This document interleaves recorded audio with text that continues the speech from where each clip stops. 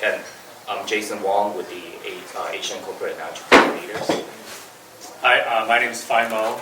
I'm not really affiliated with an AAPI organization, but I volunteer with the Foundation Fighting Blindness. John Lee, Chinese Chamber of Commerce. Donna Wu Quintana with the Chinese American Citizens Alliance, Phoenix.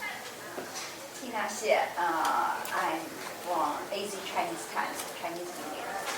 You know, we're seeing massive movements of clean tech moving into the state right now. Especially EV batteries are growing. We're going to have a new plant out in Queen Creek, another one up in Buckeye. We have more trade in terms of international trade that's just been, I don't have to tell because some of you guys are in this business, it is just growing and growing fast. And you know, part of that is going to make sure that we have the community that does that. And then, you know, Jason and I were just talking that, you know, I did not know this, but now it's going to be part of my son's speech now.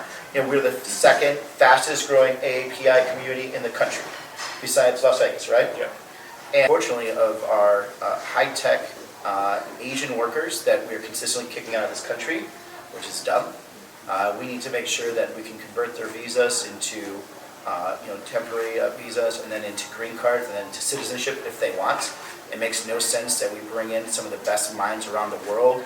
We educate them, they contribute to this economy, and then we lose them, not necessarily back to Asia, but we'll lose them to, you know, Canada.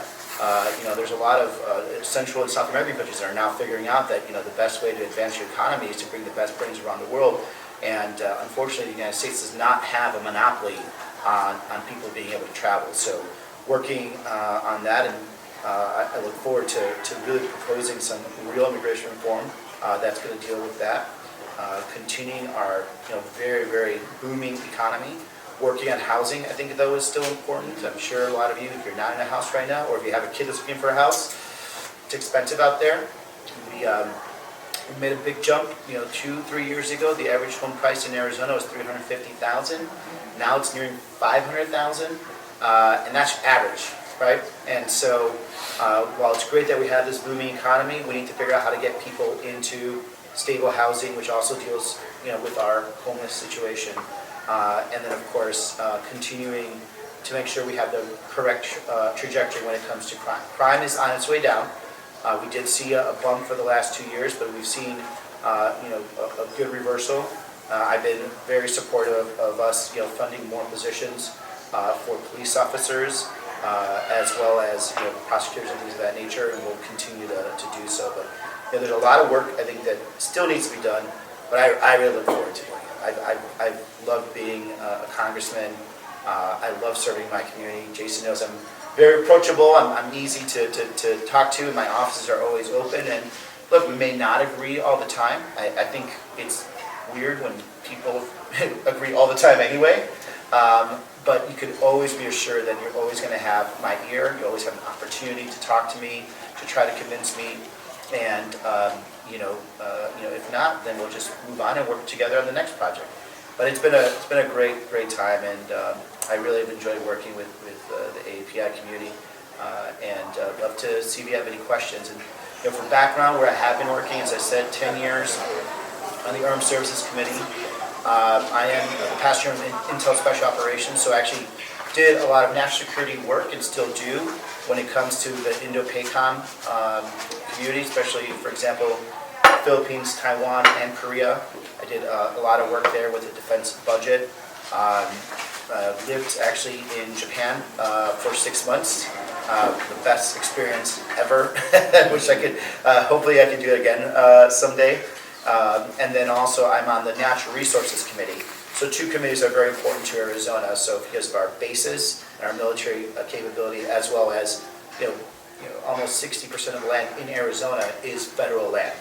And so I work a lot with our Native American tribes, as well as obviously forests, water, everything else like that. So I try to make sure to do what I can to keep Arizona as strong as it is. But in terms of infrastructure, you know, we're in a very good place, but we're also in a very scary place. We're growing very fast, and we do need to have like a responsive government to understand that. So for Pinal County, for example, you know, we need the local community, and this is, I can't force at the federal level, to actually manage their water. Because if they manage the water, then I could come in as the federal government and be like, look, I will give you incentives to have pump storage, to do better with your water reclamation. Because we can do that with a lot of that farmland out there. And a lot of these tech companies that are moving in are really good about water. They largely recycle their own water. But the optics, it could also be bad. We lost a Samsung chip manufacturing company to Texas because they said, quote, you guys don't have enough water. Well, we clearly have enough water, but they just did not want to deal with the optics of it. So I want to make sure we avoid that. I mean, Pinal County is going to be extremely important in linking our two biggest counties, but there has been some setbacks there. Like I was trying to, SR 24, I don't know if you guys know Pinal County, kind of on the eastern side. We had a highway that was supposed to go from SR 24 that would have connected Mesa Gateway out to eastern Pinal County and into some of our more really poor areas like Superior, Globe, and the state stripped that money out. Now, not that every government project is, you know, worthwhile, valid, everything else. Like this one would have been productive. It would have created so many jobs. It would have cut the commute down from these areas down to like 30 minutes. Just enjoying about the clean air, but actually when I get supposed to go to Los Angeles, and then just go to Incheon, and then just go to Vietnam, and Philippines, and Taiwan, and so many ways. So, and also even the other way, a lot of Korean people like they just come to Phoenix, but usually Phoenix is going to be just kind of urban cities, which means they don't stay in here. They just transfer to Las Vegas or some other different state. Absolutely. So or Mexico. So I mean, so we just studying like a survey and trying to make about some passion for and non-stop in a Korean air to Incheon to Phoenix in here, and now this Korean air try to merging to Asian airline together. Yeah. So there was really good time. They can just make it big, big bodies. And then he would try to make like more in a connection with some different cities. Yeah. So the Phoenix is going to be like really to change to just making a non-stop. Because actually before we don't have many some Asian populations available to just using about that. But now, and then we can see a lot of Asian just moving from different states. So as you just mentioned, they've been like the fastest growing cities in here. Yeah. So, and the Korean Association was starting the petition for. And then I just talked to the DAC before and the previous meeting and regarding this issue too, but still we're just working on it. And then, but I heard before some Korean American congressmen, they just and suggest some ideas in Congress, even like sometimes it go up the Senate, but it's declined for so many reasons. I don't know why, but the later, pretty sure like you're going to be the senator, right?